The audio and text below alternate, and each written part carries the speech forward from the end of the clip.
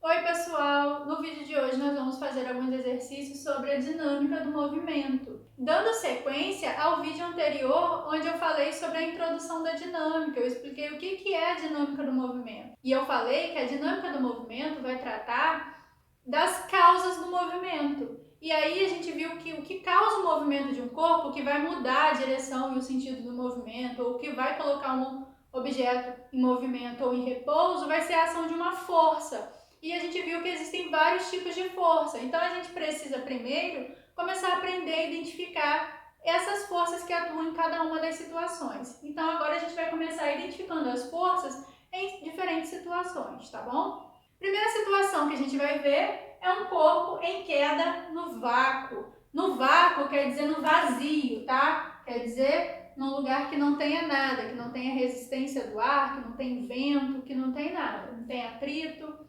Então, um corpo em queda no vácuo ou um corpo em queda livre, tá?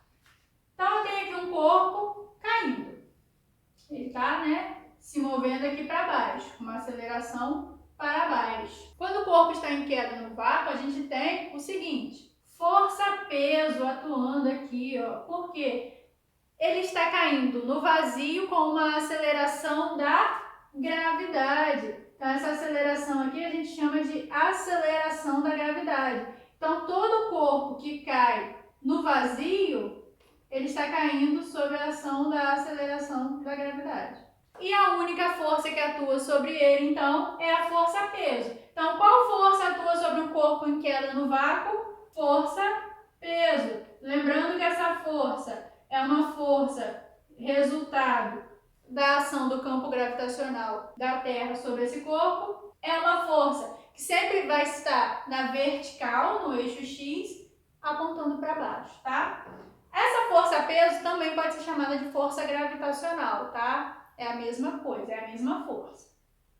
O segundo exemplo que a gente vai ver é o caso de um livro sobre uma mesa em repouso. Então, eu vou desenhar aqui, ó, uma mesa, tem aqui um livro paradinho na mesa. Então, um corpo parado sobre uma superfície, ó. O primeiro ele estava em queda, então ele não estava em cima de nenhuma superfície, ele estava caindo. Agora o objeto está parado em cima de alguma coisa, sobre uma superfície. A gente vai ter força-peso, porque a força-peso é a primeira força que a gente identifica, tá? Eu sempre identifico as forças com uma setinha em cima, tá? Quando eu represento essa força. Vocês vão ver isso no primeiro ano, que é muito importante. Por quê? Porque a gente vai ver no primeiro ano que existem dois tipos de medidas, dois tipos de grandezas, tá? Umas que dependem da direção e do sentido, é o caso da força, por exemplo, ou da aceleração, e outras que não dependem. Por exemplo, o tempo. O tempo não tem uma direção e um sentido, tá? Tem só o valorzinho.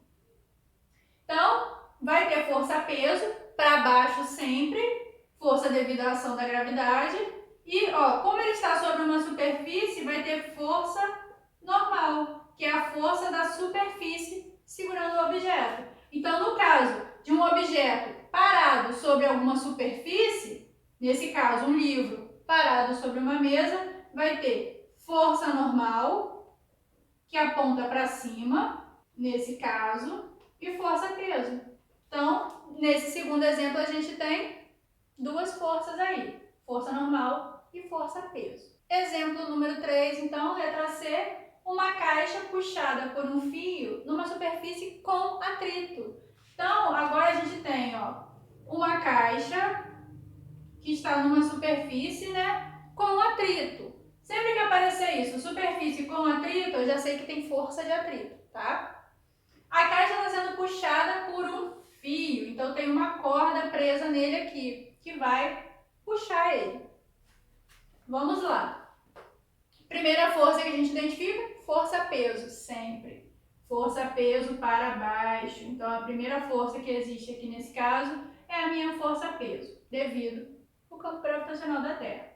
Segunda força, se ele está apoiado numa superfície, tem força normal, sempre fazendo um ângulo de 90 graus com a superfície de apoio. Já falei que tem força de atrito, porque falou que a superfície tem atrito. Se eu puxo o fio, ó, o fio está fazendo uma força puxando a caixa aqui, a força de atrito está sempre oposta ao sentido do movimento. Então, se eu puxo aqui pelo fio para a direita, a força de atrito está contrária ao movimento, está para a esquerda. Então, vai ter uma força de atrito aqui para a esquerda.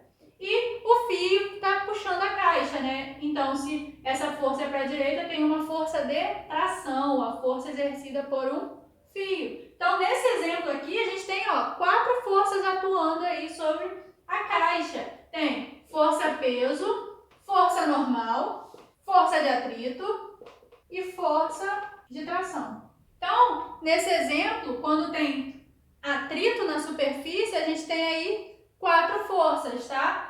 Força-peso, sempre devido ao campo gravitacional da Terra. Força normal, sempre que o objeto estiver sobre alguma superfície. Força de atrito, porque falou que a superfície tem atrito.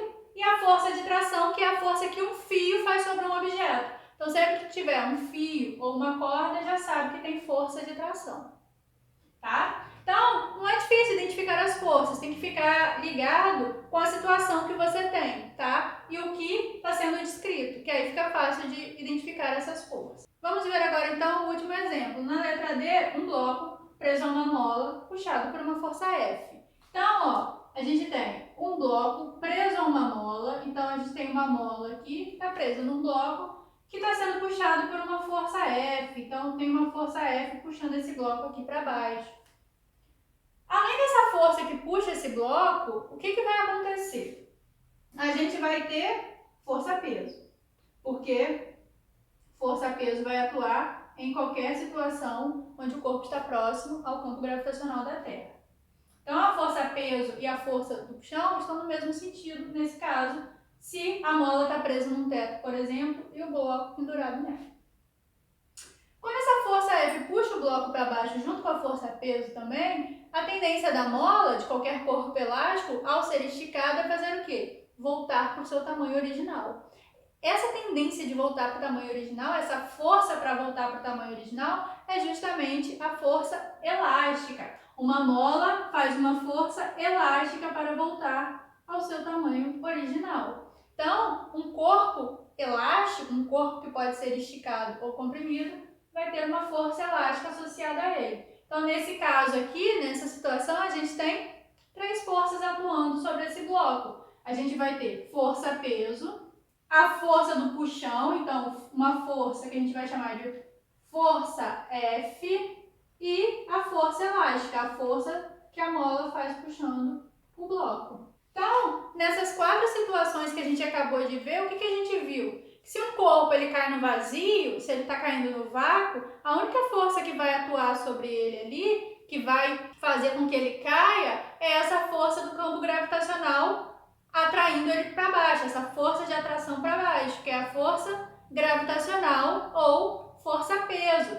Essa força-peso, ela vai estar presente em qualquer corpo que está na presença do campo gravitacional da Terra. Então, se vocês perceberem, nos 4 exemplos que a gente viu, existiu força-peso. Força normal vai existir sempre que o objeto estiver sobre uma superfície. Então, no primeiro exemplo lá, que o objeto estava em queda no vácuo, não teve força normal, porque ele não estava sobre nada, ele estava caindo. E no exemplo 4 também não teve força normal, porque o bloco não está apoiado numa superfície, ele está preso a uma mola, então não tem força normal. Força de atrito vai existir quando a superfície que o objeto está apoiado exerce atrito, né? Força de tração vai existir quando houver um fio ou uma corda, e a força elástica quando houver uma mola. Então, não é tão difícil de gravar as forças, tá? E é muito importante saber identificar bem essas forças que atuam em cada corpo, porque a gente vai começar a ver as leis de Newton para a dinâmica do movimento. E a gente vai ver que a aplicação das leis de Newton depende da identificação das forças. Então, o primeiro passo que a gente sempre vai fazer para resolver exercícios de dinâmica do movimento é identificar as forças que atuam em cada situação problema. Então, se a gente não sabe identificar bem as forças, fica difícil conseguir resolver o exercício. Então, o primeiro passo é sempre conseguir identificar as forças certinho. Então, aqui a gente encerra esse vídeo sobre exercícios de dinâmica do movimento. Foi um vídeo para treinar mesmo essa identificação identificação das forças e aprender a diferença entre elas, tá?